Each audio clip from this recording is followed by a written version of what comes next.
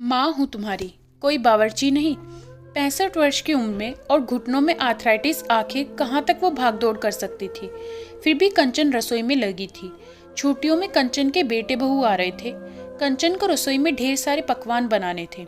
साल में एक बार बेटे बहू छुट्टियों के बहाने ही सही 4-5 दिन साथ में रहने तो आते थे। छोटे बेटे राघव की पसंद की कसूरी मेथी वाली मठरी, बड़े बेटे मनोज की पसंद के बेसन के लड्डू। बहुएं भी कंचन के हाथों के पकवान की तारीफ किए बिना नहीं रहती। छोटे पोते को कंचन के हाथ की बेसन की पापड़ी बहुत पसंद है, जिसे बनाने में बहुत मेहनत और घंटों लगते हैं। वहीं पोती को गुलाब जामुन खाने होते थे। 4 दिनों से कंचन एक पांव पर खड़ी होकर सबके लिए पकवान बना रही थी। कंचन के पति रमेश जी समझा रहे थे, इतना काम का भार मत लिया करो, तुम्हारे घुटने में इतना दर्द रहता है, पूरी जिंदगी तुमने रसोई में निकाल दी, अब तो आराम करो, बहुएं आकर काम कर लेंगी। आप भी आजकल की बहुओं को ये सब बनाना कहाँ आता है। आजकल की बहुएं तो बस खाना बना ले, वही बहुत है। कंचन ने हंसकर कहा, ठीक है, बहुओं को बनाना नहीं आता है, पर वो तुम्हारी मदद तो कर सकती हैं। तुम ही अकेली क्यों लगी रहो, वो सब आ जाएं तब उनके सहयोग से बना लेना, रमेश जी ने समझाया। पहले तो तुम ठीक रहती थी, पर पिछले कुछ महीनों से तुम्हारे घुटने जवाब देने लगे हैं। आप माँ का प्यार नहीं समझते। अपने बच्चों के लिए वो कितनी भी तबीयत खराब हो, कुछ भी कर जाती है। जब बच्चे उसके हाथ के बने पकवान खाते हैं तो माँ को असीम सुख मिलता है, और साथ में ये घुटनों का दर्द भी मिलता है। इतनी देर खड़े होकर रसोई में काम करोगी तो दर्द ही होगा। तुम्हारी दवाई लेने का वक्त हो गया है। रमेश जी ने कंचन को पास बैठाया और घुटनों पर हल्के हाथ से मालिश की। 2 दिन बाद दोनों बेटे बहू पोते पोती समेत आ गए। कंचन के घर में रौनक आ गई। हमेशा की तरह बहुएं आई और थकान आ रही है कहकर कमरे में सोने चली गई। कंचन मर मार कर रह गई।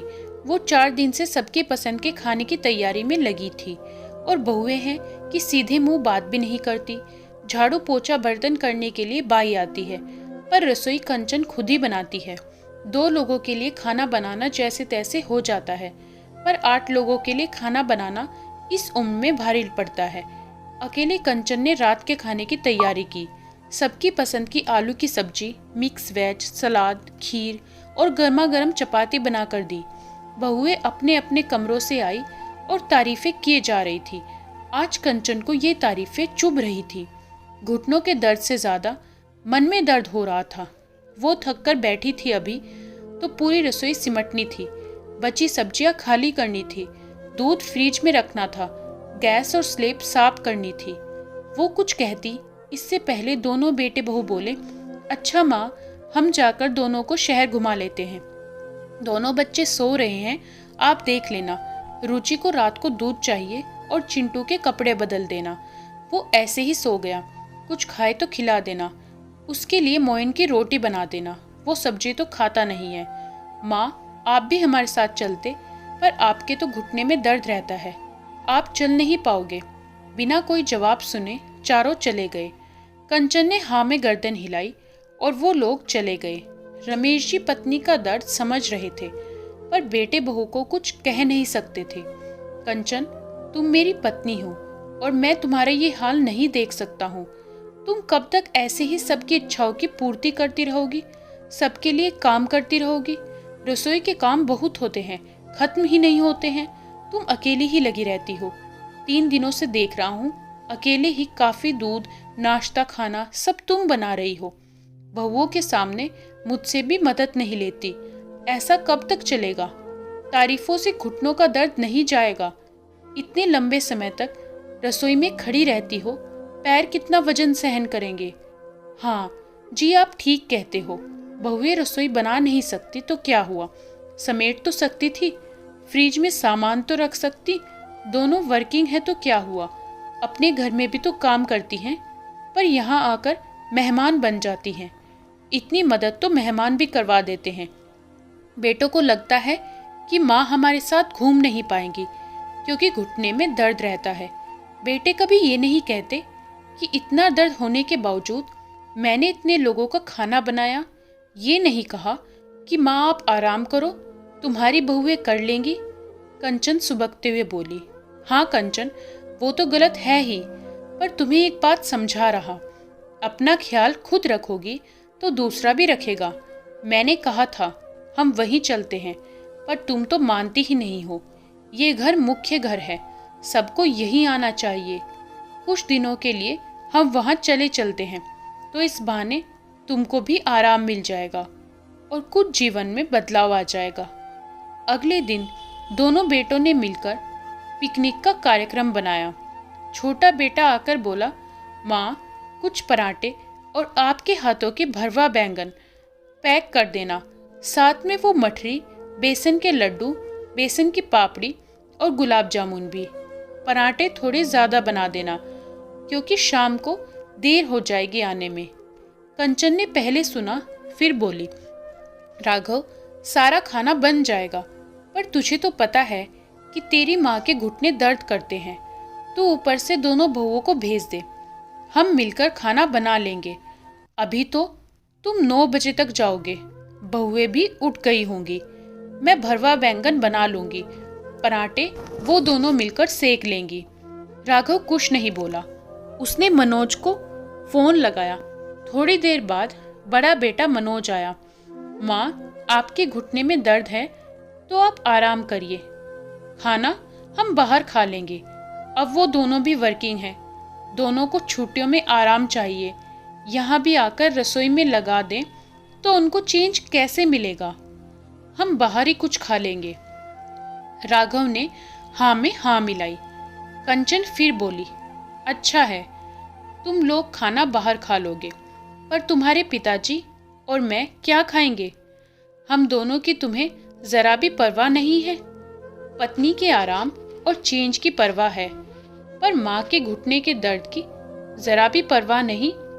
उम्र हो गई तुम सबकी पसंद का खाना बनाते बनाते, कभी अपने लिए कुछ नहीं सोचा नहीं। सर्दी हो या गर्मी, तुम सबकी पसंद के लिए खुद को रसोई में झोंक दिया। आज मेरे दर्द से ज्यादा तुम्हें अपनी पत्नियों के आराम की चिंता हो रही है। मैं 3 दिन से रसोई में अकेली लगी हूँ। खाना बनाना तो दूर, तुम्हारी पत्नियाँ मदद कराने भी नहीं आती हैं। क्या मैंने तुम्हें यही संस्कार दिए हैं? छुट्टियों का मतलब होता है सब मिलकर साथ में घूमें, मस्ती करें, साथ में काम भी करें। ये नहीं कि एक माँ रसोई में खपती रहे और बच्चे मज़े करते रहें। क्या चेंज मुझे नहीं चाहिए? साल भर तुम सबका इंतज़ार करती हूँ, तुम्हारी पसंद के लिए खुद को रसोई में झोंक देती हूँ, अपने दर्द और आराम की परवाह नहीं करती। पोते पोती आए हैं पर इनके साथ खेली नहीं, तसल्ली से बातें नहीं की, बस रसोई में ही अकेली लगी रहती हूँ। मुझे खाना बनाने और खिलाने दोनों का शौक है, लेकिन अब मैं थक गई हूँ। रमेश जी, आप ठीक ही कहते हैं। मैं अपनी परवाह करती तो ये लोग भी करते। मैंने कभी ना कहना सीखा ही नहीं। सबकी इच्छाओं और खुशियों के लिए लगी रही।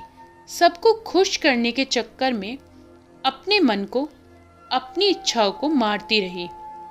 तुम दोनों ने एक बार भी नहीं कहा कि माँ, पिताजी आप भी घूमने चलिए, हमारे साथ पिकनिक पर चलिए। माँ का फर्ज बस यही होता है कि वो बच्चों की पसंद का खाना बनाते रहे और उसी में खुश रहें। बच्चों का कोई फर्ज नहीं होता। कभी तुम दोनों ने यह भी नहीं कहते कि आप दोनों कुछ दिनों के लिए हमारे घर आ जाइए, माँ आपको भी आराम और चेंज मिल जाएगा। माँ हूँ तुम्हारी, कोई बावर्ची नहीं जो 24 घंटे रसोई में ही लगी रहूं। तुम लोग तो मेहमान बनकर आते हो और ऑर्डर देते हो। अपना घर समझकर कभी रसोई में नहीं आते। सालों से कर रही हूँ। मायके में किया, ससुराल में सास ससुर ननंद देवर के लिए किया, सभी रिश्तेदारों के लिए किया, अपने बच्चों के लिए किया, बच्चों के बच्चों के लिए किया। अब नहीं होता। शरीर जवाब देने लगा है, ढलने लगा है। मेरा भी मन करता है मैं भी तुम सबके साथ घूमूं, कुछ पल सुकून के बिताऊं। माँ की भी उम्र हो गई है, मैं भी अब थक जाती हूँ, मुझे भी आराम चाहिए। उस दिन रुचि के लिए सब्जी में थोड़ी मिर्च तेज हो गई तो बहू का मूड खराब हो गया। अपने बच्चे के खाने के लिए भी बहू रसोई में नहीं आ सकती है। चिंटू के लिए दूध ज्यादा गर्म हो गया, उसका मुंह जल गया तो उसका जिम्मेदार भी मुझे ठहराया गया। बहू क्या देख नहीं सकती थी कि दूध का तापमान कितना है? बहुएं कुछ ना करें पर अपने बच्चों के खाने पीने का तो ख्याल रख ही सकती हैं। मैं ये नहीं कहती कि वो मुझे परोसी थाली दें, पर रसोई में आकर छोटे बड़े कामों में मदद तो कर सकती हैं। ये घर है, होटल नहीं है जो यहाँ तुम बूढ़े माँ बाप के सर पर आराम फरमाने आते हो। मैं माँ हूँ तुम्हारी, कोई बावर्ची नहीं। कहते कहते कंचन हाँफ गई। दोनों बेटे बहुओं की गर्दन शर्म से झुक गई। रमेश जी रसोई से पानी का गिलास लाए और कंचन को पिलाया। कंचन की हालत देखकर दोनों बेटों को अपनी गलती का एहसास हुआ। माँ, आप तो माँ हो, हमने आपको समझा नहीं। हम भूल गए कि माँ को भी थकान होती है, वो कब तक करेगी। हम हमारे व्यवहार पर शर्मिंदा हैं, आप हमें माफ कर दीजिए। हम सब मिलकर पिकनिक पर चलेंगे। आप ज्यादा चल नहीं सकती तो क्या, समुंदर किनारे बैठकर हम सबको बच्चों को हंसते खेलते तो देख सकती हैं। अब से आप हमारे घर बारी बारी से छुट्टियों में आएंगे, आपको भी चेंज मिल जाएगा और रसोई से समझ जिम्मेदारी से छुट्टी भी। कंचन ने पहले मना किया पर फिर माँ का दिल है पिघल ही गया। वो और रमेश जी भी बच्चों के साथ पिकनिक मनाने चल दिए। पाठकों, ऐसा अक्सर होता है, हम माँ से अपनी फरमाइशें पूरी करवाते हैं पर ये भूल जाते हैं कि एक उम्र के बाद माँ भी थक जाती है। सालों से रसोई घर संभालते संभालते उन्हें भी कोफ्त होने लगती है। चेंज हर इंसान को चाहिए। अपने लिए आपको खुद बोलना होता है। कभी कभी अपने बच्चों को भी ये एहसास करवाना होता है कि हम भी खास हैं, हमारी भी कुछ ख्वाहिशें होती हैं। सालों की एक जैसी दिनचर्या से हमें भी कुछ दिनों के लिए मुक्ति चाहिए। दोस्तों, कहानी कैसी लगी कमेंट बॉक्स में बताएं। वीडियो को लाइक करें, शेयर ज़रूर करें और चैनल को सब्सक्राइब करना बिल्कुल ना भूलें।